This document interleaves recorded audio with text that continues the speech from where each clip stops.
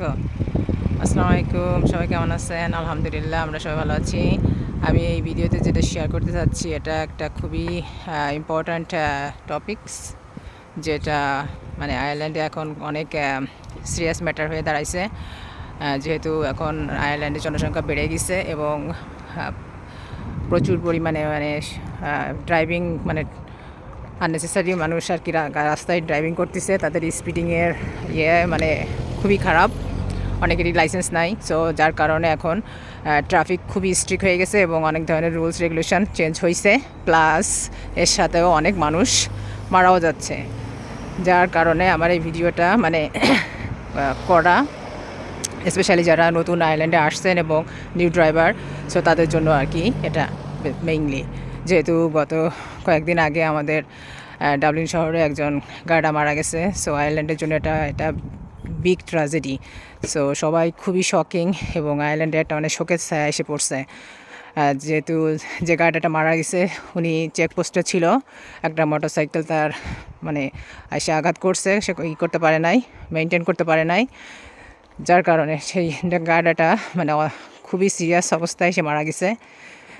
আর সে 20 বছর ধরে আর কি ওই গার্ডা স্টেশনে কাজ করে আসছে। আর ওনার ভালো মানুষের সুনাম সবসময় থাকে, যেটা আর কি। সো খুবই আয়ারল্যান্ডের জন্য একটা খুবই খারাপ পজিশন এবং সবাই খুবই শোকাগত ওনার জন্য। যাই হোক আর কি, সো আমিও অলসো সেম। সেই ভিডিওতে যেটা আর কি শেয়ার করব সেটা হচ্ছে আপনারা কখন গাড়ি ড্রাইভ করতে পারবেন না। সো এর কিছু মেইন পয়েন্ট আমি এখানে আর কি বলে দেবো। এই সময় আপনারা চেষ্টা করবেন গাড়ি না ইউজ করে অন্য যে ট্রান্সপোর্ট আছে, প্লাস হয়তো আপনারা পায়ে হেঁটে প্লাস ট্যাক্সি ইউজ করার চেষ্টা করবেন। সো ফার্স্ট অফ অল হচ্ছে ডিউরিং হেভি রেইন আর ফগের time. So then next one আছে, আপনারা যদি কোনো রাত্রে কোনো জায়গায় যান, স্পেশালি আর কি যারা আইরিশ, তারা তো নাইট আউট করলে ড্রিঙ্কস করে। সো অনেক সময় দেখা যায় যেটা not pass safe drive, but আমাদের জন্য তো কোনো সমস্যা নাই। বাট ইন কেস আর কি এরকম সিচুয়েশান হইলে চেষ্টা করবেন এবং অ্যাভয়েড করবেন যাতে গাড়ি না ইউজ করার জন্য। বাস আছে প্লাস অন্য ট্যাক্সি ইউজ করবেন।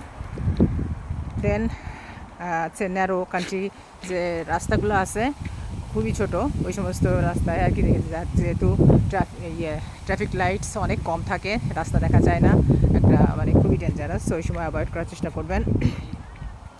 দেন আইসি রোড আর স্নো কন্ডিশন থাকলে, এখন তো আমাদের এখানে summer, but just in case আর কি আপনারা মাইন্ডে রাখবেন।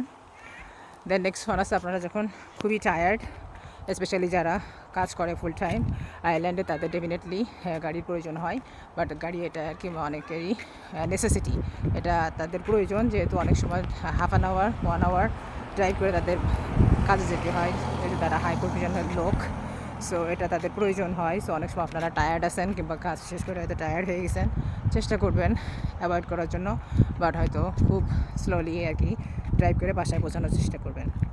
নেক্সট আছে রাশিং আওয়ার, যখন অনেক সময় দেখা যায় যে হয়তো আপনি অ্যালার্ম দিয়েছেন, অ্যালার্ম অন হয় নাই, আপনার কাজের টাইম হয়ে গেছে, রাশিং খুব তাড়াহুড়ো করে কাজে যাচ্ছেন, এরকম সময় কিন্তু মানুষের ব্রেন থাকে অন্য অন্য মুডে।